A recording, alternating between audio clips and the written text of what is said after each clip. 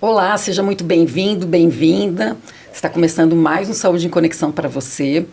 Talvez você vai assistir esse vídeo passando aí do mês de outubro, né, Mayara? Mas, assim, a gente lembra que a prevenção é o ano inteiro, né, Mayara? É o ano inteiro. A gente vai falar hoje um pouquinho sobre Outubro Rosa, prevenção, diagnóstico, a luta, né, de muitas mulheres aí contra o câncer de mama. Então, Mayara, hoje a gente trouxe duas convidadas aqui, olha, que vão ser... Um é testemunho de vida e tem a Marielle aqui, psicóloga. Mais uma vez, Marielle, seja muito bem-vinda. Tá? Obrigada por ter topado, né, participar desse desafio de temas tão importantes. E a gente também tem aqui hoje a Cíntia. A Cíntia é uma paciente, eu posso falar oncológica, pós-oncológica? É oncológica. Oncológica, sim. Né? Ela vai contar um pouquinho da história dela, do diagnóstico de câncer de mama, como foi. E eu acredito que vai servir de uma história muito inspiradora para você que está aí acompanhando a gente. Já deixa o seu joinha, compartilhe esse vídeo com aquelas mulheres que você precisa, né, mandar esse recadinho, que muitas vezes estão fugindo aí do autocuidado, do autoexame, dos exames de rotina, porque eu acho que vai ser tão importante. Marielle, vamos lá, começando. Se a gente sabe que as chances de cura no câncer no início aumentam em até 95%, a gente sabe hoje que o câncer de mama é o câncer que mais afeta as mulheres, né? De cada 10 mulheres, aí vocês me corrigem se eu estiver errada, 3 vão ter o câncer de mama, né? O que representa esse Outubro Rosa para as mulheres, para toda a sociedade, do ponto de vista físico e também psicológico? Vou aproveitar minha primeira fala para agradecer o convite. É sempre um prazer estar aqui, conhecendo essa história incrível. Gente, vocês não perdem por esperar. Então, assim, o Outubro Rosa, assim como a gente sempre fala das cores, né? A conscientização através das cores, ele vem com um peso muito grande, não somente quando a gente fala do câncer de mama em si, mas uma conscientização do cuidado da mulher com a saúde dela no geral. Não somente a saúde física, mas a saúde mental. E hoje vai ficar muito claro isso, até na fala da Cíntia a gente vai perceber que você ter uma doença física, de nada vai ser fácil, de nada vai adiantar se você não tiver uma saúde mental para lidar com esse momento físico, porque assim, é tudo muito interligado, você é uma pessoa só, né? Você é um indivíduo. Então assim, a importância do Outubro Rosa é conscientizar para que as pessoas vá atrás, busquem ajuda, não somente na questão da mama, mas sim do corpo, né? De ir no seu ginecologista, de fazer os seus preventivos, de fazer seus exames, manter os seus exames sempre em dia. E aí a gente pode entrar assim num âmbito de a vitamina B, vitamina D, estar bem consigo mesma, não somente com a questão do câncer, mas de modo geral. Então, assim, o Outubro ele vem como consciência, como um alerta de, olha, existem histórias que são histórias impactantes, existem histórias, sim, de muitas vitórias, superação, de pessoas que conseguiram o tratamento, foram ali, conseguiram se adiantar, fazer o processo, porque buscaram ajuda. E aquela coisa, o que eu não procuro, eu não acho.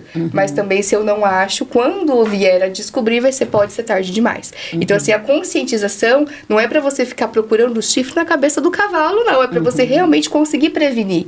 Então, assim, faça seus exames, vá no seu médico de ano em ano, faça tudo bonitinho, faça o autoexame ali na hora do banho, né? Aquele se toca a mulher, e é real. Né? Sinta o seu corpo. Quem melhor do que você para identificar se tem alguma coisa ali que não tá legal, né? A Cíntia, ela vai trazer essa fala pra gente. Então, assim, se toca mesmo, faz ali o seu autoexame, sentiu alguma coisa, mas isso aqui eu tenho há muito tempo, vai no médico, né? O que custa a gente marcar ali? Já é do nosso feitio mesmo como mulher, essa preocupação. Então seria muito importante. E o mês de outubro ele representa isso. É o cuidado com a saúde da mulher de modo geral, mas lembrando a importância de se cuidar, de se tocar, de se entender, de sentir uma variação no corpo e procurar ajuda. Então assim, o outubro ele se resume mesmo nessa conscientização. Cíntia, e para você era tão envolvida em causas como o Outubro Rosa antes de você descobrir o seu diagnóstico? Primeiramente, quero agradecer o convite, a oportunidade de estar aqui falando, contando a minha experiência, relatando aqui uma história de vida que eu passei e passo ainda, né, todos os dias. Não, eu não era envolvida em causas de Outubro Rosa, eu não fazia autoexames, tanto que eu estava num momento assim da minha vida com uma bebê pequena, muita correria. Eu estava assumindo um concurso que tinha me dedicado muito, muito, muito para conseguir. Então, eu estava assim, numa fase muito boa da minha vida. Eu nunca imaginei que poderia ser câncer, mas foi através do autoexame. Eu senti o nódulo, fiquei ali acompanhando, aí esse nódulo estava na mama, senti outro nódulo na axila, que foi onde eu fui buscar, né, consultas, médicos, exames, biópsias, e tive o diagnóstico do câncer de mama aos 32 anos de idade. E você estava amamentando, né? O que você comentou. Sim, senti o nódulo quando eu comecei a parar, né, a amamentação. Minha filha tinha 6 meses. Eu não fui atrás nesse primeiro momento. Fiquei prorrogando, porque assim, a gente enquanto mulher, a gente tem aquela visão de cuidar. E acaba esquecendo da gente se cuidar, né? E eu estava no momento de dedicação total, exclusiva à minha bebê e à minha nova conquista aí do trabalho, né? Então, eu não estava me cuidando. Ô, Cíntia, quanto tempo demorou desde o primeiro momento que você sentiu um nódulo na mama até você buscar ajuda? Há aproximadamente 1 ano. Até eu fechar o diagnóstico. Eu senti o nódulo na mama ali por volta dos 6 meses da minha filha. E tive o diagnóstico, ela estava ali perto do 1 ano e meio. Mas no primeiro momento que você fez o autoexame, que você percebeu que tinha algo diferente, a sua reação foi marcar um ginecologista. A sua primeira reação? Ou ficou impactada? Eu fiquei esperando sumir, porque eu achei que era leite empedrado, né? Então, é nisso aí que eu quero tocar. Sentir alguma coisa diferente, vão atrás de ajuda. Busquem consulta, médico, não fique esperando.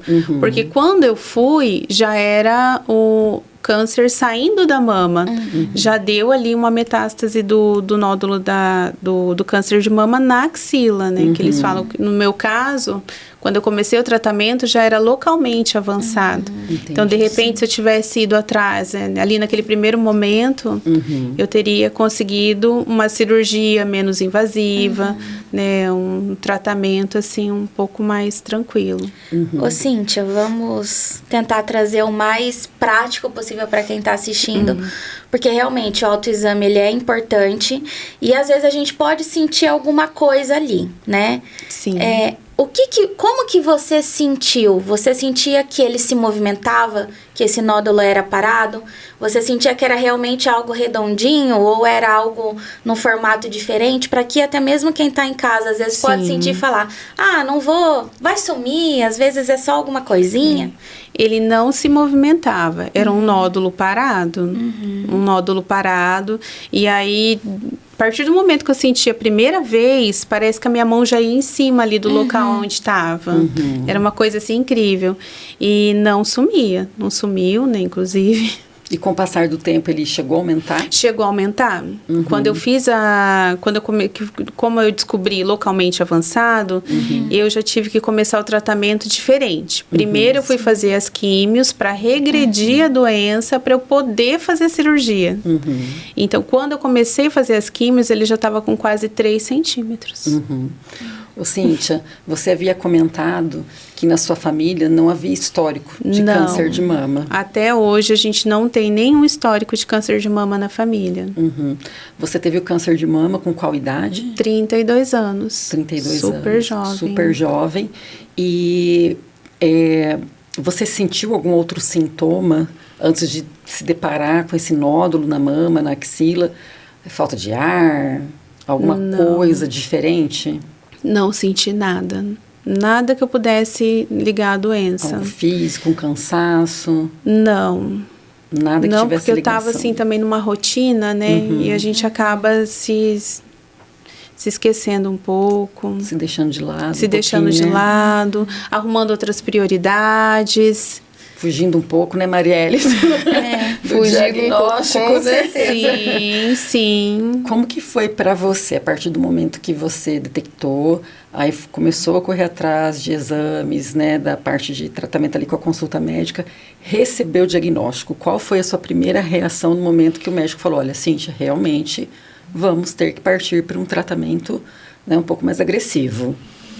A minha primeira reação foi de não acreditar que o exame era meu. Essa é a verdade. Eu olhava e falava assim, gente, não é meu. Aí eu olhava, daqui a pouco, não é meu.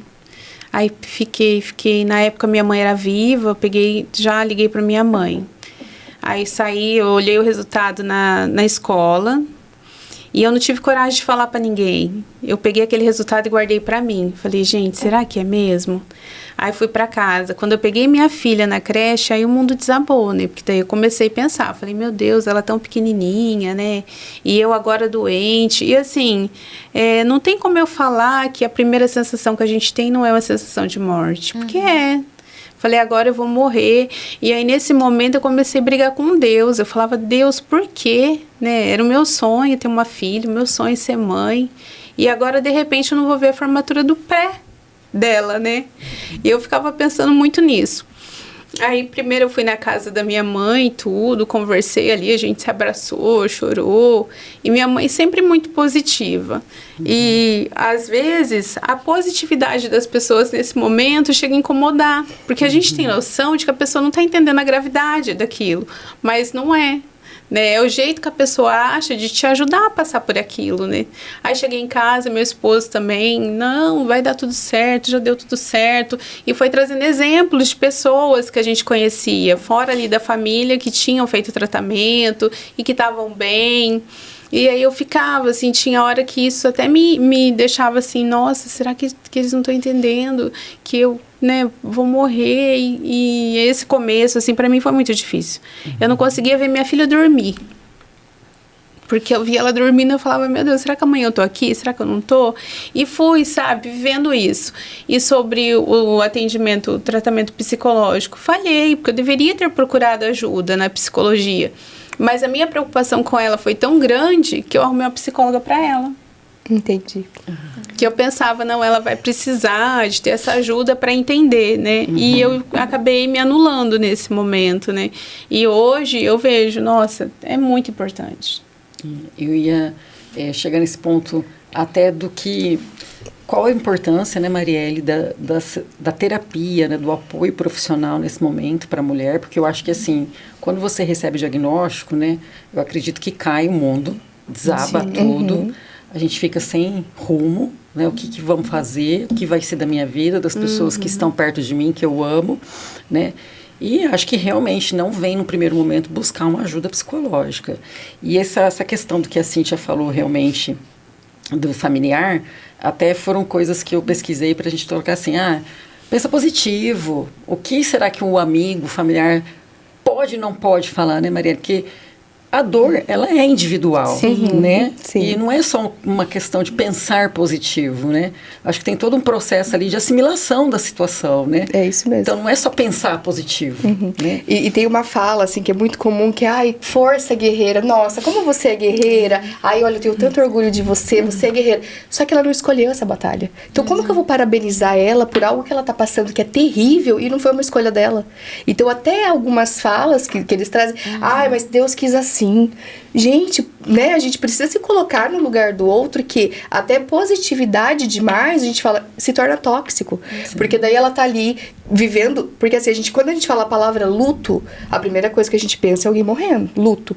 Mas não, a pessoa que tá no tratamento ali oncológico, tudo é luto. Então eu tenho luto pela descoberta do que tá acontecendo. Eu tenho luto em pensar na minha filha dormindo, se ela vai estar ali amanhã ou não. Eu tenho luto pra saber se amanhã eu vou acordar com cabelo ou sem. O cabelo pra mulher, ele é muito importante, né? Tem uma coisa toda com a autoestima, a vaidade. Então o luto não é eu simplesmente descobrir que estou com câncer, morri e acabou, eu não vou ter sofrido. Não, o luto, ele permeia todo aquele momento, toda aquela estrada. Então, assim, as pessoas que lidam, né, os familiares, os amigos, precisam entender que apoiar não é sempre você ficar batendo palma e falar, vamos, guerreira, você consegue, ai, que incrível, parabéns.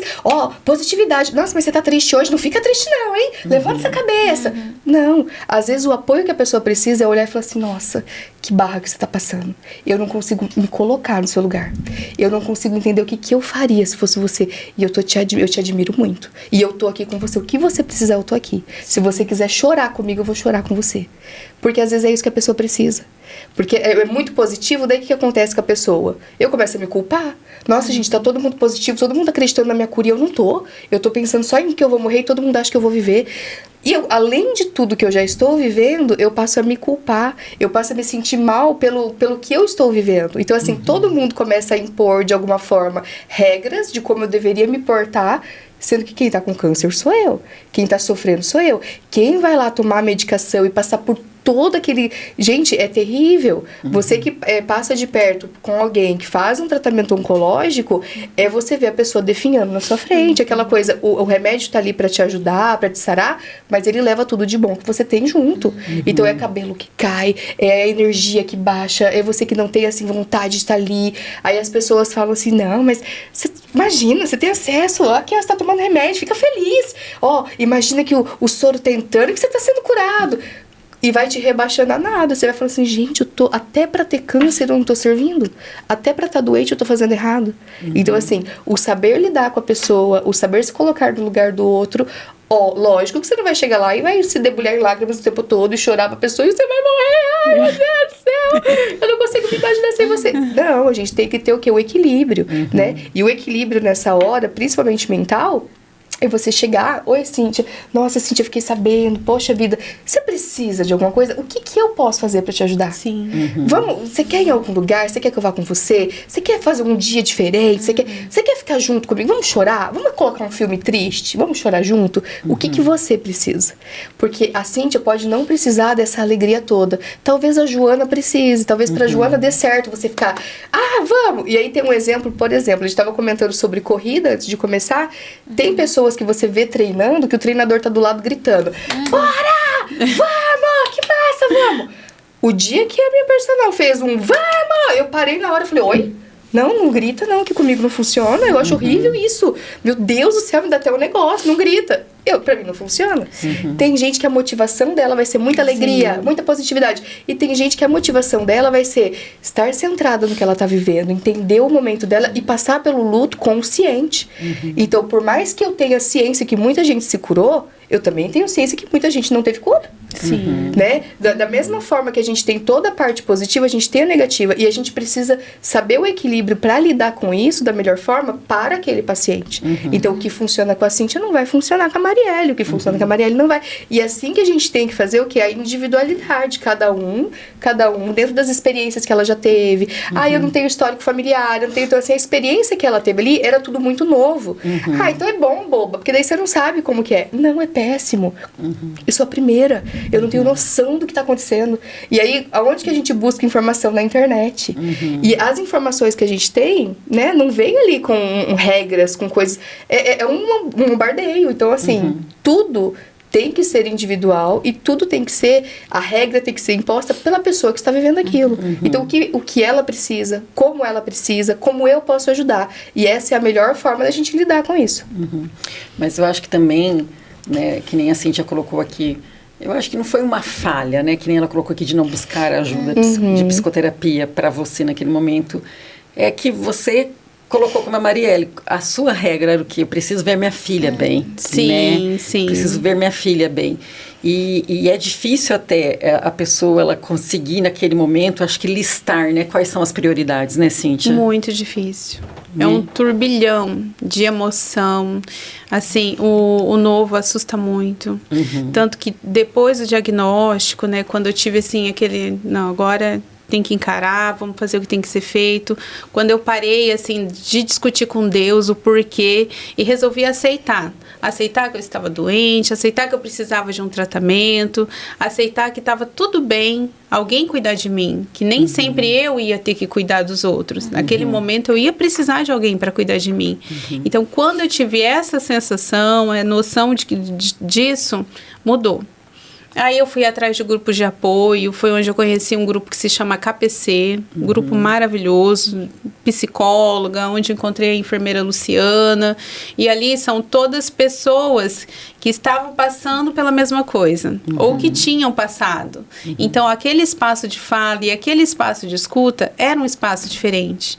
E ali a gente trocava opinião, trocava informação, sempre tinha alguém ali disposto a ouvir, disposto a ajudar. Então, isso foi, assim, um divisor de águas na minha vida. E o que eu comecei a pensar? Daí eu parei de pensar, para que eu, né? Então, eu falei, por que não eu? Né? Tem tanta gente passando por isso, por que não eu? E comecei a buscar o significado disso para mim, porque tinha um significado. O câncer, hoje eu posso dizer, uma coisa que eu achava que eu nunca ia falar, que ele mudou minha vida, mas mudou para muito melhor. Eu comecei a ver as coisas diferentes, eu comecei a viver as coisas diferentes, eu comecei a encarar lavar um copo de maneira diferente, porque quantas vezes eu não tive vontade de lavar um copo, eu não conseguia levantar do sofá. Então, assim, foi um aprendizado, uma lição de vida sem tamanho. Teve sofrimento? Teve. Mas teve aprendizado. Muito aprendizado. Nessa questão do KPC, né? KPC, que é um trabalho muito lindo. Sim. Depois a gente coloca aqui também o @ nos comentários para o pessoal seguir. Qual foi a importância para você, Cíntia? São 2 perguntas. Desse apoio familiar e da rede de apoio. E se em algum momento, né, você percebeu que também, como a Marielle colocou, Google ou desinformação acontecia que te deixava com medo no meio do caminho? Ah, sim. Nossa, o Google, para mim, né, me deixou com muito medo, porque teve coisas que eu colocava lá, que eu pesquisava, que não é uma via de regra. Para mim ia acontecer diferente, mas eu li aquilo lá, eu já sentia o que estava escrito ali antes de eu realmente sentir. Eu tive muita crise de ansiedade, porque depois que passa o tratamento, que faz a cirurgia e que vem assim o pós câncer, é muito sofrido. E aí a gente começa a ter aquela busca por resposta, mas você não tem uma resposta. Então não adianta digitar no Google que eu não vou ter a resposta. Até quando hoje eu ainda faço um trabalho muito assim de alguém conhece alguém que vai passar pelo tratamento, eu já me coloco à disposição para conversar e eu falo para a pessoa me vem com um monte de pergunta. Eu falo assim, vamos por fase. Quando você tiver na primeira quimioterapia, você me fala o que está acontecendo para eu te falar a minha experiência. Porque o que eu senti não vai ser o que a outra pessoa vai sentir. E às vezes eu falo alguma coisa para a pessoa que já está com aquela preocupação, que já está naquele momento delicado, e ao invés de ajudar, eu acabo atrapalhando. E você tocou num ponto muito importante. Às vezes pode ser exatamente o mesmo tratamento, a cirurgia, 10, quimioterapia branca, 4 vermelha, medicação, tudo igual. Mas nenhuma mulher vai passar por tudo, vai ter todos os sintomas exatamente como outra pode ter. Exatamente. Cíntia, o seu tratamento, você passou por quais fases do tratamento? Vamos lá, descobriu, aí iniciamos o tratamento. Qual foi a primeira etapa? Descobri. O meu protocolo de tratamento, como o meu câncer já era um câncer localmente avançado, eu primeiro tive que fazer as químios para o tumor diminuir de tamanho, para a doença regredir e para a minha cirurgia ser uma cirurgia menos invasiva. Então, eu comecei com 4 quimioterapias vermelhas. O que são as quimioterapias vermelhas? As vermelhas, eles, assim, vou falar no senso comum, porque eu realmente não sei a parte técnica. Eles falam que é uma quimioterapia um pouco mais forte, um pouco mais agressiva e que tem um pouco mais de efeito colateral. Certo. Então, comecei com as 4 quimioterapias vermelhas. Da primeira para a segunda, eu tive uma queda de imunidade terrível. Então, eu já entrei com uma medicação junto com a quimioterapia, que era uma medicação para não deixar a imunidade baixar tanto. Depois das 4 quimioterapias vermelhas, eu fiz 12 quimioterapias brancas, que é uma medicação que ela é aplicada semanalmente. Então, eu ia toda semana lá fazer a medicação e nos intervalos, aqui de uma aplicação para outra, fazia-se o exame de sangue, estando tudo bem, né, a fazer a aplicação. E eu ficava, assim, numa angústia de alma muito grande para esse exame de sangue, tá tudo bem, para terminar logo, para acabar logo. E no meio das quimioterapias teve um exame de sangue meu que não estava bom, precisei fazer uma pausa, e daí, né, já é toda ali uma reprogramação. Você tá com um pensamento que eu me programei, eu falava, meu Deus, vai dar assim, assim, assim, assim, vai acontecer assim, assim, assado, e vai acabar rapidinho. Mas não é. A gente, eu acho que entra naquela situação de perder o controle, né? Você não tem mais o controle, sim. né? Na descoberta do diagnóstico já foi isso, né? É aquela coisa de faltar o chão. Você não saber, né, o que vai acontecer, como que vai ser. E aí aconteceu isso também no meio das quimioterapias brancas ali, e tive que, né? Você vê que até no tratamento individualizado dela, que já tinha sido programado como seria, não foi como programado. Agora você imagina de uma pessoa para outra, o tanto que não muda. E aí, no final das quimioterapias, eu fiz os exames para ver o estadiamento da doença. Aí, o meu mastologista falou assim, olha, agora a gente vai para cirurgia. Como eu ainda tinha uma micrometástase na axila, ele falou assim, eu acho que seria interessante a mastectomia. Aí fiz mastectomia do lado esquerdo e mais o esvaziamento da axila, porque tinha ainda esse foco da doença. Depois que eu me recuperei dessa cirurgia, eu fui para radioterapia, que foram 30 rádios, que daí são todos os dias, né? Menos sábado e domingo. Aí todos os dias eu ia no hospital fazer as radioterapias. Quais foram os desafios que você enfrentou ali, tanto físicos como psicológicos, em cada etapa do tratamento? Teve alguma etapa que foi mais difícil, outra menos? O mais difícil para mim foi o começo do tratamento. Até virar essa chave, né? Eu encarar de uma outra forma, que foi hoje falando assim, né? Mas na época muito dolorido, nossa. Aí foi esse começo. Os efeitos colaterais também que eu senti mais foram no começo das quimioterapias, a queda da imunidade. Eu tive muita afta, eu não conseguia me alimentar, né? A questão da autoaceitação com relação ao cabelo, porque eu no começo eu não queria, né, perder o cabelo, então fui fazer a crioterapia, congelar ali o couro cabeludo para tentar amenizar, não funcionou. E também a sensação do olhar do outro.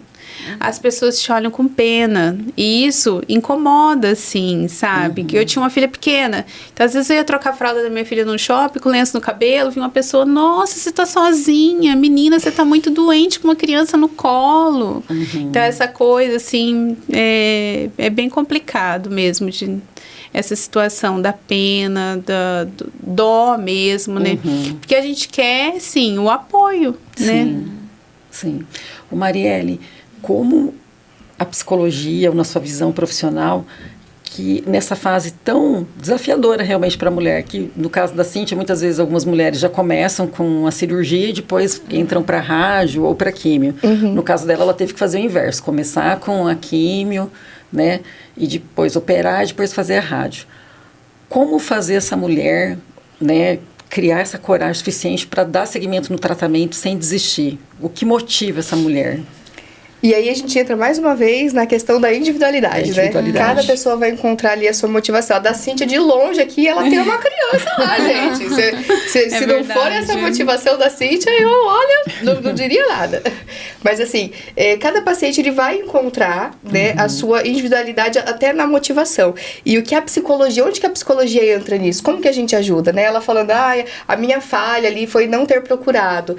E, né, obviamente que naquele momento, assim como eu comentei, a filha para ela ali era, né, o que é o porto seguro, que ela precisava deixar bem, ainda mais porque o pensamento dela era, vou faltar, né, não estarei aqui, então eu preciso dar para minha filha ferramentas para que ela continue. Só que assim, a terapia nesse caso oncológico, ela ajuda demais, mas assim, num todo, que é assim, eu sempre falo para os meus pacientes, hoje inclusive eu tenho pacientes que são da oncologia, e aí eu falo assim, aqui é o lugar seguro pra gente se debulhar junto, porque às vezes, se ela chegar na casa dela, eu tenho uma que é super jovem, ela fala assim, eu não posso ficar triste perto da minha mãe, porque se eu ficar triste perto da minha mãe, ela fica super abalada. Então ela precisa manter, além de tudo que ela tá sofrendo, ela tem que manter uma aparência para os outros, porque ela não quer ser o motivo da causa da tristeza alheia. E eu falo, gente, isso é muito pesado.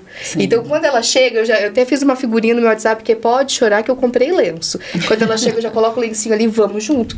Como que tá? O que tá acontecendo? Coloca pra fora. E é aquele momento que eu falo assim, gente, se todas as pessoas tivessem um pouquinho mais de noção, um pouquinho mais de empatia, elas não precisariam passar por aquilo.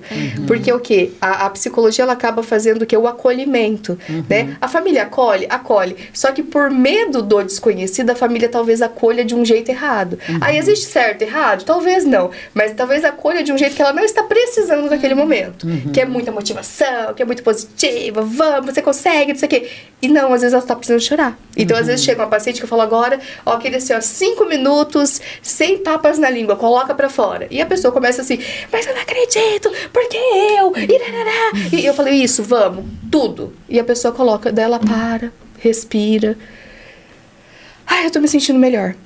Porque ela não tem lugar pra ela se sentir mal, ela não tem lugar pra ela ser aceita na tristeza dela. Então a psicologia, ela tá ali pra, né, que você seja você, colocar pra fora. Então a psicologia te ajuda no sentido de confortar, no sentido de te apoiar, no sentido de estar ali com você.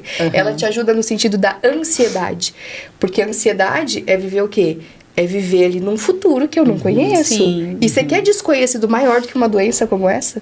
Nossa. A gente pode ler, a gente pode ser, sabe assim, PhD no assunto que a gente ainda vai ter medo, porque é muita coisa que pode acontecer. Então, a psicologia te ajuda a trazer você de volta. Fala assim, olha, é porque meu cabelo vai cair. Calma, vamos pensar no hoje. O que a gente vai fazer hoje? A hora que você sair daqui, você vai encontrar com a sua filha? O que você vai fazer com ela hoje? Hoje, vamos pensar, vamos valorizar. Ela falou o exemplo do copo. Ela queria lavar um copo e não conseguia, não tinha força. Vamos lavar o nosso copo. É hoje que a gente precisa. Então, por que é tão importante a psicologia? Porque é importante que no meio de tudo isso tem uma pessoa que é um profissional, que estudou pra isso, que tem preparo pra te puxar e lembrar que você ainda é você. Falar, meu amor, Cíntia, você não é câncer, você não é exame, você não é remédio, você não é químio, você não é rádio, você é Cíntia. E o que a Cíntia faria agora? Sabe? Puxar ela pra ela mesma. E a psicologia, ela tem esse poder de trazer a gente, né? A gente tá numa imersão, assim, gigante de problema. Então a gente puxa e fala assim, agora você é você. Senta aqui comigo, agora eu quero conversar com a Cíntia. O que a Cíntia tá pensando? O que a Cíntia quer? O que a Cíntia acha? Porque o que o médico acha, a gente sabe. O que o exame mostrou, a gente sabe. O que a gente tem medo pelos que vão ficar, a gente sabe. E a Cíntia? Como que tá? Então, assim, a psicologia, ela faz com que a gente volte e a gente consiga ter o controle, um pouquinho do controle da nossa própria vida. Me sentir mulher. Ah, eu passei por uma cirurgia. Às vezes eu olho no espelho, eu já não me sinto bem, eu já não me sinto legal. Eu acho que ninguém vai conseguir me desejar desse jeito. Eu não tô gostando do que eu tô vendo. A psicologia te traz de volta e fala, meu amor, o que é mais importante do que a mãe incrível que você é? A pessoa incrível que você é? Você acha que, né, uma unha quebrada vai mudar a sua pessoa, a personalidade, o que você tem de crença, de valor, não vai mudar. Então a gente precisa começar a olhar, né, e fazer essa paciente, fazer essa pessoa se olhar diferente com carinho também. Então a psicologia, ela tá ali na descoberta pra você passar pelo luto. Não é o luto de morte, é o luto do dia a dia. É o luto do cabelo, é o luto do remédio que me faz mal, é o luto de na hora que eu entro no carro, puxa vida, eu tô indo lá de novo, mais uma semana, eu já sei que me espera. E o que me espera? É agulha, é dor, é um ambiente que é um ambiente triste. Gente, pra quem nunca foi num hospital do câncer, por exemplo, é um ambiente que você chega e você já fala, putz, não é fácil, né? Você vê, você conhece muita história, você vê muita gente, você vê sofrimento. Não é uma maternidade que você vai lá e vê gente nascendo e felicidade, bexiga, não. Lá você vê isso, né? Sofrimento. Convive, né? Você convive com isso. Então a psicologia, ela se faz muito importante mesmo pra conseguir te voltar pra isso, dar novos olhos. Sua realidade não vai voltar. Você tá doente ainda, você tá com câncer. Mas o que a gente consegue plantar nesse jardim do câncer pra que seja mais leve? E eu não tô falando sobre positividade de pregar paz. Não, eu tô falando de você mesmo. O que pra você é importante, né? O que eu posso fazer na vida da Cíntia hoje que vai ser legal pra ela? Ah, e o foco dela hoje é a filha? É a filha. Sabe o que seria incrível pra saúde mental da sua filha? Você viva. Ah, vamos pensar bem. Ah, eu não quero mais tratar. Nossa, o tratamento é tão difícil, eu quero desistir. Vamos pensar na sua filha? Não é por ela que a gente estava falando até agora? Então a gente encontra ali uma motivação. Ai, às vezes parece que eu não me cuidava antes. O câncer, ele mudou minha vida e mudou para melhor. E muda, porque a nossa cabeça, ela fica tão focada em coisa que é banal, que quando a gente tem uma realidade dessa, é um choque de realidade mesmo. Então, por exemplo, eu não corri, eu não cuidava da minha saúde, da minha alimentação. Agora, cara, eu tenho tempo de vida, eu achei que eu não teria. Eu tô vendo minha filha dormir e acordar. E eu chorei já no pé do berço dela, achando que eu não ia estar aqui amanhã. Sim. Então, assim, a valorização que você tem disso é incrível. E muda a vida, e muda pra melhor. Sim. Que é o quê? Eu vou ficar comendo essa porcaria, se agora eu posso colocar coisa boa no meu corpo, eu vou comer saudável. Ah, eu vou ficar encontrando minhas amigas pra sair e ficar bebendo. Tá tudo bem beber, gente, com equilíbrio. Não vou, eu quero que encontrar minhas amigas. Vamos sair pra correr? Vamos no lago? Ai, vamos correr a corrida tal? Vamos? E aí a gente começa a valorizar os pequenos momentos. A gente começa a dar sentido ao lavar um copo, ganha sentido. Porque tudo isso, né, atrelado ao quê? Ao mental. Ela falou, eu não fui buscar ajuda. E olha tudo que ela conseguiu. Nossa. Agora você imagina essa mulher, né, na situação que ela estava com o auxílio psicológico. O como, né? Sim. Você, obviamente, que te fala assim, mas ela tá bem, não foi na psicóloga. Daí a gente pensa, exceção, porque quantas vezes a gente não vê um monte de pessoa que fala, eu não aguento mais tratamento. E teve todo um processo também, né? Eu poderia ter passado com muito mais leveza. Sim, sim. Eu ia até perguntar, porque para a mulher, né, como a Cíntia falou, além de você estar passando por aquele tratamento, né, que já é duro e difícil para cada uma, de alguma maneira, né, cada uma vai ter seu desafio, hora o exame de sangue vai dar bom, hora não vai dar bom, na hora vai ter que adiar um pouquinho mais uma cirurgia, né, você convive às vezes com companheiras que estão ali do lado fazendo o mesmo tratamento, que você se apega e que aí você vê a finitude chegar para aquela pessoa que está do seu lado e aí você fala, meu Deus, será que a próxima você é eu? Sim, inúmeras vezes, Né? meu Deus, Né? nossa. Você, além de sentir a dor daquela pessoa que foi, você sente a dor, de repente, da incerteza. É a dor né? e o temor, né? A dor e o temor. Eu sinto a dor pelo outro e temo pela minha. Sim, né? nossa, Eu inúmeras imagino que amigas passaram e ficaram, né? Eu acho que você teve várias vivências dessas, né, Cíntia? Várias. E assim, hoje, 7 anos do fim do tratamento e 8 anos da descoberta, ainda passo por isso. Eu perdi recentemente amigas, né, que sentava do meu lado na poltrona da químio, trocava figurinha ali sobre um monte de coisa e a gente vive assim, eu aprendi a conviver, né, com o medo. E eu não deixo mais o medo tomar conta da minha vida, né? Eu tenho aquele controle ali, né? Mas é muito difícil. Conviver muito difícil, com o temor. né? E mexe muito também aquela questão que a Cíntia colocou, né? Da estima, né, Marielle? Como foi para você a primeira sensação que você vestiu um lenço na cabeça? Você se sentiu ruim? Você se sentiu mal? Porque os nossos cabelos caem. Você já falou que você não Essa história do lenço é interessante. Eu lembro que quando eu fiz a biópsia, e eu comecei a pensar no e se? E se for? Aí eu tinha um encharpe que eu colocava, assim. Eu peguei ele, fui na frente do espelho e falei assim, deixa eu ver como que eu ficaria de lenço. E aí eu amarrei. E olhei e falei, nossa, meu Deus, e agora? E se for? Né? E fiquei com aquela imagem assim na cabeça, mas no fundo pensando que não era, que não ia acontecer, que não ia ser. Aí quando teve processo, que eu tive que, né, recorrer, raspar mesmo a cabeça, aí eu entrei num site que se chama Quimioterapia e Beleza. Que é lindo. Legal. E eu entrei lá e contei a minha história. E todo mundo que entra e conta a história, você deixa o seu endereço e eles mandam um lenço para sua casa. Você fala lá a cor que você gosta, tal. E eles me mandaram. E esse lenço eu tenho ele guardado até hoje. É um símbolo, né? É um símbolo. Eu uso ele direto e ficou. Mas é muito assim, né? Engraçado. Agora, né? Depois que eu já passei por tudo isso, relembrar. Mas depois do episódio, né? Da pessoa que me procurou lá no shopping, disse que eu estava doente, eu não tive mais coragem de usar lenço. O que eu fui fazer? Eu fui num banco de perucas e peguei uma peruca. Porque daí na minha cabeça eu colocava a peruca. Saía com a peruca.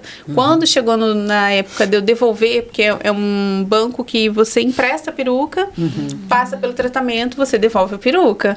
Eu olhava e falava, meu Deus, era como se fosse parte de mim, assim, que eu estava ali devolvendo, sabe? Você vê, é mais um luto. Mais um luto, mais uma perda. Foi. Eu falei, nossa, o primeiro dia que eu saí de casa sem a peruca, eu tirei uma foto para registrar. Para lembrar. Foi um marco. Foi.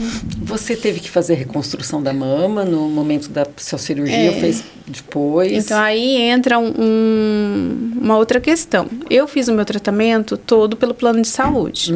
Aí é uma política, né? Eu tirei a mama e reconstruí na mesma cirurgia. Coloquei ali o expansor para não perder ali o espaço da mama, para depois, no final da rádio, colocar o silicone. É o que, infelizmente, não acontece com as amigas que fazem o tratamento pelo SUS. Sim. Né? Mas eu não cheguei a ficar sem ali a mama. Sem a mama, certo. Isso. Aí depois que você fez a cirurgia, teve o pós-operatório, a fase de recuperação. Quais são as próximas fases aí que você entrou de ficar atenta, fazer exames, em que rotina, em que periodicidade? Depois da cirurgia, eu comecei o acompanhamento semestral. E nesse acompanhamento semestral, eu tô até hoje.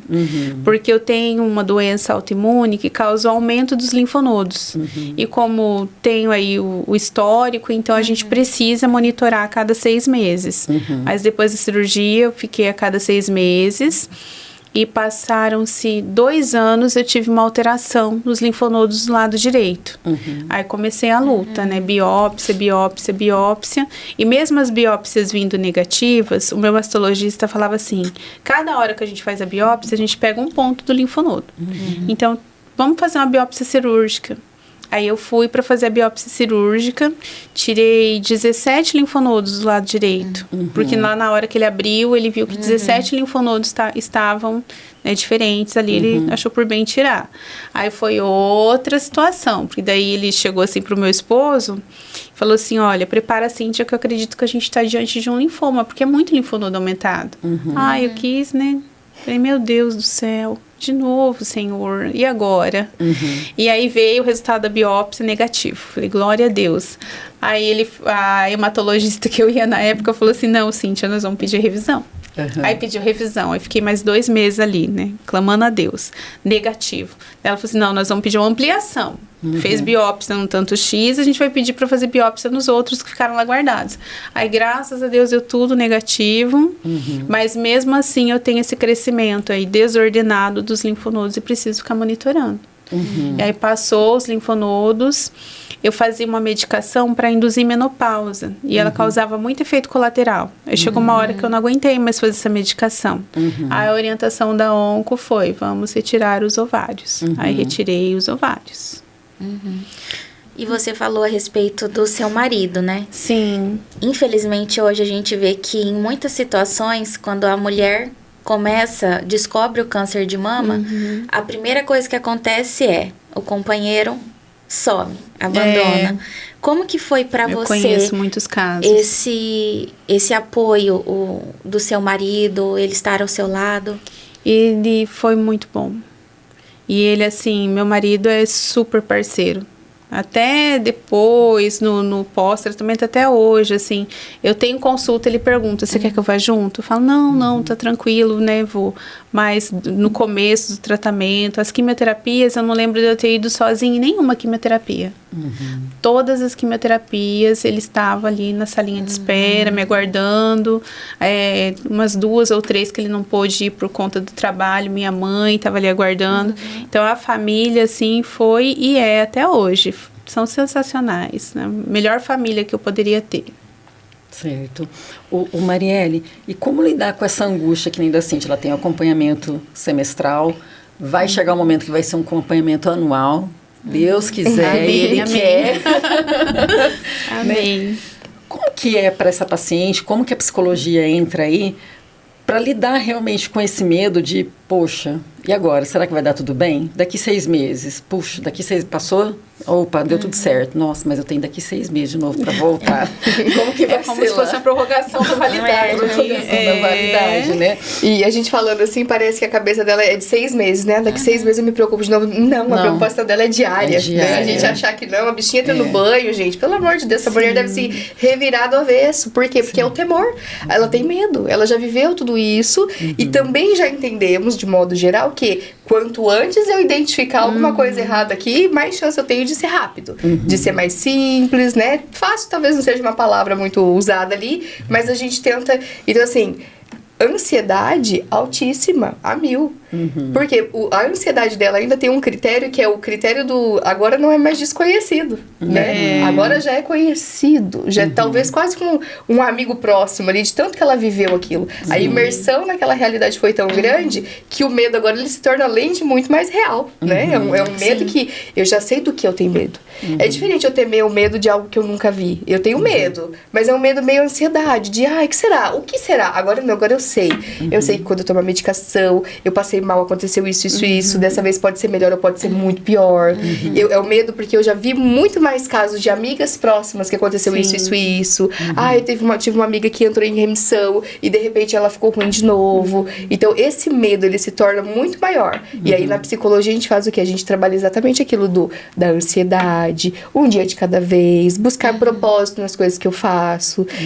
É como uma pessoa quando tá querendo emagrecer. Ficar subindo na balança de 5 minutos vai mudar seu peso? Não vai. Então a gente vai ter que trabalhar esse mental para que você busque só informações quando necessário. Você já tá fazendo tudo o que você precisava fazer? Você tá tomando a sua vitamina, você tá fazendo exercício, você tá se cuidando nesses 6 meses? Tá. Então a gente vai tentar dar uma diminuída nessa mentalidade rápida para que você não fique só em sofrimento. Então assim, nesses intervalos, faça tudo direitinho que você tem que fazer, só que lembra que você tem 6 meses ali de vida para viver. Então a psicologia, ela te ajuda a trazer você de volta ali para essa vida. 6 meses que você vai fazer o próximo, esse não deu nada e não vai dar no próximo, vamos viver. Enquanto nesse intervalo tem que ter vida. Não pode ser 6 meses de sofrimento, 6 meses de sofrimento, você vai viver em função disso. Então assim, viver, a gente tem que trazer essa pessoa para que ela viva.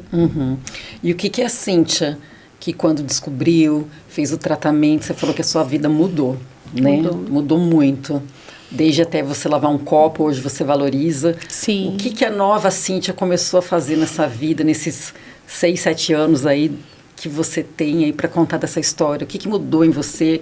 Você participa de grupos, você participa de ajuda, você vai dar palestra. O que mudou, Cíntia? Nossa, sou outra Cíntia.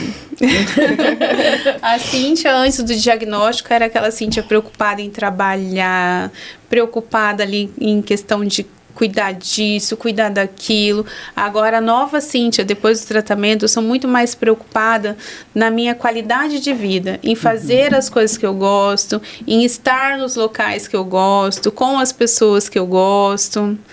Eu passei a viajar mais, eu comecei a correr, perdidamente apaixonada pela corrida. Comecei a participar mais um pouquinho dos grupos, que eu participo de um grupo que se chama Eu Venci, que é um grupo de Cambé, maravilhoso. O KPC. Participo do grupo Correndo Contra o Câncer, que é um grupo também sensacional, com uma proposta incrível para os pacientes de câncer, para quem está passando, para quem já passou. Muito bacana. E eu fiz o quê? Eu pesei muito o meu profissional também. Eu abri mão de algumas demandas que eu tinha para viver mais a vida. Aproveitar, assim, aproveito cada minuto. Eu até brinco com as meninas, falo assim, olha, se for me chamar num lugar achando que eu não vou ir, não me chama, porque se me chamar eu vou dar um jeito e vou aparecer lá. Sim, comecei assim a valorizar. Porque quantas vezes a gente é chamado, às vezes, para algum encontro, uma reunião de amigos, e às vezes a gente fala, tão bom aqui em casa, né? Ai, tô tão cansada, aí comecei a arrumar tempo, porque antes eu pensava, ai meu Deus, né, eu já trabalho e tal, que hora que eu vou treinar, que hora que eu vou correr? Arrumei um tempo. Das 6 às 7 dá certo, das 6 às 7 da manhã eu tô lá treinando. E é isso, comecei... Você corre todo dia? Todo dia.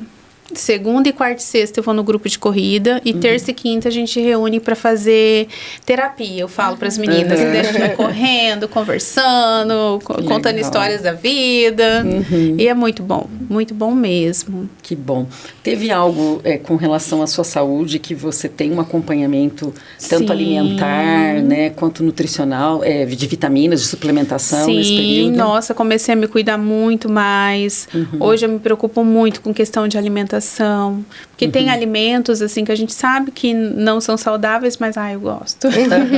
Então, comecei a ter esse limite. Não que eu deixo de comer, mas como ali em quantidades reduzidas. Comecei a ter preocupação com relação à prática regular da atividade física. Comecei a ter preocupação com o tempo de qualidade com a minha família, com a minha filha, e por aí vai. E sua filhinha tá com quantos anos? Hoje ela tá com 9 anos. 9 anos, como é o nome dela? Nicole. Nicole. Tá cheia de vida, com a mãe cheia de vida. Oh, sim, vai comigo pras corridas.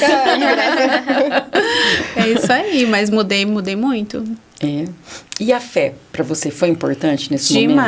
Demais.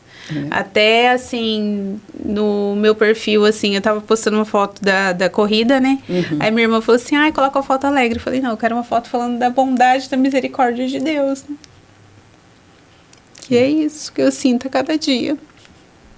Isso mesmo. E ela se manifesta, né? Ela se manifesta. Ai, gente, é isso. Né? É muito linda a sua história de vida. Tenho certeza que vai chegar o momento que você vai estar passando por um ano.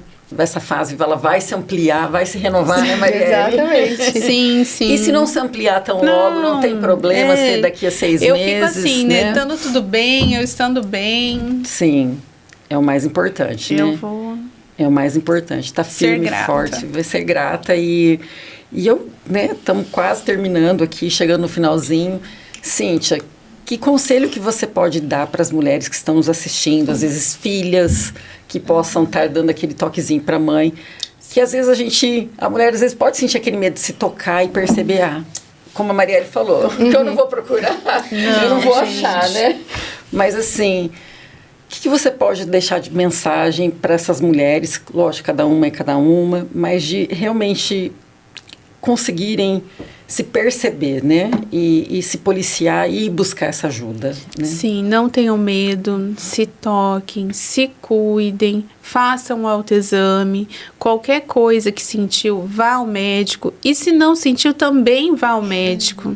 Né, tem aquela regularidade nos exames, porque o diagnóstico precoce salva a vida. Ainda mais agora, né, que o SUS também conseguiu melhorar a idade aí para as mulheres a partir de 40 anos. Fazer a mamografia. Né, manter os check-ups em dia, consulta com ginecologista, ultrassom, mamografia, exames de sangue. E Marielle, que mensagem que a gente vai passar para essa mulherada aí para não ter medo? Faça terapia. É muito bom. Para se tocar, né? Para poder realmente ter uma vida um pouquinho mais saudável, né? E de realmente se perceber, né? Ter esse autocuidado, como a Cíntia falou. A gente já falou aqui em outros podcasts, a mulher acaba sendo multitarefas, né? Isso mesmo. É dona de casa, trabalha fora, cuida do pai, da mãe, dos irmãos, né? Às vezes dá uma força para a amiga. E quando é que chega a gente a se olhar, né? Tá um tempinho. Cada podcast que eu vim aqui é um aprendizado. É verdade. Eu só debulhei lágrimas aqui ainda, porque... Eu tenho que manter a postura. Mas é emocionante, né? A gente que não convive tão de perto com uma situação, né? A avó da Maiara passou por isso tem quanto tempo, Maiara? Vai fazer 2 anos agora, dia 19 de dezembro. 2 anos, foi a pessoa mais próxima que eu convivi, né? Sabendo, né? Acompanhei ali a descoberta e foi um período realmente muito difícil, né, Maiara? Né? E... eu esqueci de trazer lenço. Eu ia falar, agora eu não tenho como usar minha figurinha, gente. Mas é da gente refletir mesmo e ir embora e pensar, né? Olha, realmente, eu preciso me cuidar, eu preciso valorizar os pequenos momentos, né? Porque às vezes a gente é tão chato no dia a dia, tão clica, né? Implica com tantas coisinhas que você fala, pera, vamos olhar para um outro lado. Tem uma frase que eu gosto muito, que as pessoas falam que é assim, eu morreria por você. Você morreria por mim e você viveria por mim? Porque eu quero que você viva por mim. E o que eu faço para viver por você? Eu faço preventivo, né? Eu me alimento bem, eu durmo bem, eu faço exercício, eu me cuido. Então, assim, às vezes uma pessoa tá doente e obviamente que não, né, falando de um câncer, mas assim, eu tô lá com diabetes, colesterol, alguma coisa que eu poderia ter melhores hábitos, vamos dizer assim. E eu não tô me cuidando. Daí você fala assim, mas você tá com colesterol altíssimo, você tá comendo isso, né? Não, né? Aí você para. Você morreria por mim, mas viver você não viveria. Então fique com essa frase. Se você morreria por alguém da sua família, por que você não decide viver por essa pessoa, né? Viver por esse amor da sua vida. Isso que é muito importante, fazer a diferença enquanto você não precisa fazer a diferença. Naquele momento que a Cíntia viveu, ela teve a necessidade da mudança, porque foi imposto na vida dela, não foi uma escolha. E você, por que você não escolhe a mudança, sem precisar mudar? Por que você não aproveita, nossa, falou uma coisa que hoje talvez eu pegue pra minha vida. Você não precisa ir para um hospital amanhã, tomar uma quimioterapia, tomar uma medicação. Mas você pode acordar amanhã e pensar, hoje eu vou caminhar, hoje eu vou fazer melhores escolhas, hoje eu vou ficar em casa com a minha filha, hoje eu vou ter melhores momentos. Então, assim, em vez de você esperar que não tenha escolha, por que você não escolhe, né? Ai, vamos, SSG, entre em contato, marca, faça seu preventivo. Lá no preventivo, o médico mesmo já vai fazer ali o primeiro contato. Você, né, não... eu com autoexame eu não sinto nada. Eu pego aqui um monte de bolinha pra todo lado. Pra mim eu não sei se é uma glândula ou se não é. Eu não sei o que é. Procure ajuda. Vai pro seu médico e fala assim, olha, eu faço autoexame pra mim fazer e não fazer a mesma coisa. E acontece muito, né? Nós não temos formação nenhuma nesse sentido de eu conseguir identificar alguma coisa em mim. Mas o médico tem. Então vai lá e fala, olha, eu faço autoexame, não percebi nada, mas também se eu perceber ou não, eu acho que eu não tenho essa... Se abre com ele vai fazer o exame, ele vai pedir uma mamografia, ele vai pedir um ultrassom de mama, né? Então, assim, escolha viver antes que isso seja uma escolha. Não deixa, né, você não ter escolha. Escolha viver agora é uma escolha ainda. Então faça por você, aproveita o Outubro Rosa, manda esse vídeo para várias mulheres. É mãe, é tia, é parente, é cunhada, é amiga. Manda para todo mundo, é importante. A fala que a Cíntia trouxe hoje. Gente, você quer mais vida numa pessoa, igual a gente tá vendo na Cíntia hoje? Ela não teve escolha, né? Nós ainda temos a escolha de mudar. Então vamos mudar por bem? E eu acho importante até também reforçar, antes que a gente acabe, que às vezes pode cair na banalidade. Porque é Setembro Amarelo. Porque é Setembro Vermelho. Porque é Outubro Rosa. Todo ano tem Outubro Rosa. Porque é Novembro Azul. Gente, mas a prevenção, como a gente começou o início do vídeo aqui, ela é o ano inteiro. É o ano inteiro. A campanha, ela vem como um marco para te lembrar, olha, já fez seus exames esse ano, né? Já se olhou, já se cuidou, né? Então, assim, esquece o lado comercial, às vezes achando assim, um monte de laboratório, clínica faz aí propaganda só para ganhar dinheiro. Não, pensa assim na sua saúde, né? Sim. E que não precisa ser no outubro necessariamente, mas que você arrume forças, né? Para realmente, como a escolha viver. Exatamente. Né? Escolha viver, né? A Marielle tem uma frase que ela sempre fala assim, escolha o seu difícil hoje. Exatamente. Eu já citei aqui no podcast anterior. Então, vamos escolher o nosso difícil hoje, né? E se o difícil é, de repente, assistir um vídeo desse inteiro, não se preocupe, vão ter os cortes aqui também. Mas eu recomendo assistir, né? Porque é uma fala realmente incrível. E eu quero agradecer demais vocês. Cíntia, eu quero te desejar, assim, que Deus esteja contigo, Amém. hoje e sempre com a sua família. Amém. Né? Que você mantenha essa fé viva. Sim. Que você escolha sempre viver. Sim. Por você. Sim. E pelos demais. E que a gente possa aí acompanhar essa trajetória Com aí certeza. Nas corridas, Marielle no seu dia a dia. corredora. Pessoal. Vocês têm que combinar de correr juntas, Isso né? mesmo. Muito obrigada por ter vindo, Eu que agradeço por ter a coragem. oportunidade, gente. Porque eu sei que é um Incrível. assunto que mexe. Sim. E que a gente acaba, né, relembrando, revivendo e vai para alguns lugares não tão confortáveis, Sim. né? Mas que, acima de tudo, você está servindo de testemunho, exemplo de vida e coragem. Exatamente. Eu que agradeço aí a oportunidade. Né? E Marielle, mais uma vez, gente, de um tema tão sensível. Muito bom. obrigada, viu? Eu que agradeço sempre, é um prazer imenso estar aqui. E ainda mais que a gente conhece umas histórias, umas pessoas assim que a gente quer levar pra vida, né? Você fala, poxa, eu tô sendo muito chata. Gente. Mayara, obrigada mais uma vez. Desculpa ter feito você chorar.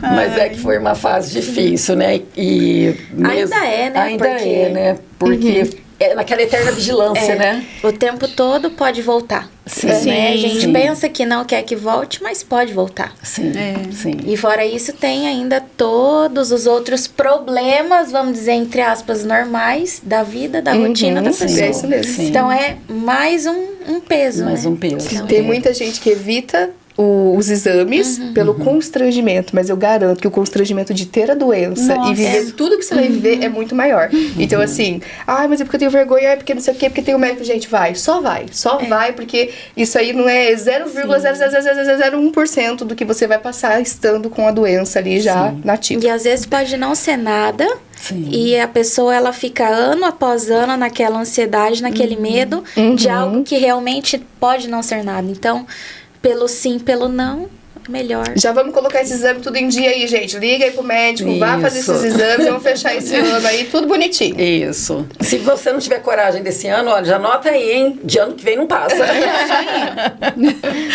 Gente, obrigada por ter ficado até aqui e a gente se vê no outro Saúde em Conexão.